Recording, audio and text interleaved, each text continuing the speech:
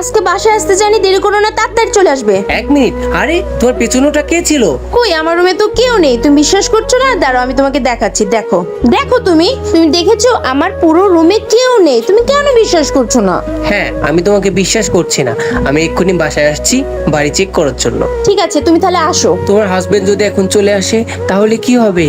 তুমি শুধু শুধু টেনশন করছো, কেউ কিচ্ছু জানবে না। ও তো এক্ষুনি চলে আসবে বাসায়।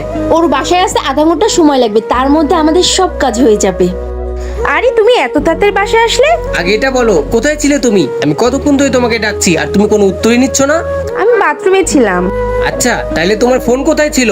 আরে তোমার সাথে কথা বলার পর আমার ফোনের চার্জ শেষ হয়ে গেছিল, আর তার জন্য আমি চার্জ দিয়েছিলাম। তুমি আজকে হঠাৎ করে এত চিল্লাচ্ছ কেন? চিল্লাবো না কেন?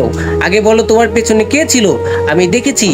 আমার পিছনে কেউ ছিল না। আমি তোমাকে কতবার বলবো, তুমি আমাকে কেন বিশ্বাস করছো না? তুমি কেন আমাকে শুধু সন্দেহ করছো? তুমি আমাকে সত্যি করে বলো। তুমি যদি না বলো আমি তোমার সাথে আর সংসার করব না। আমি তোমাকে ডিভোর্স দিয়ে দেব। না প্লিজ, এমনটি বলো না। আরে রাহুল, তুই?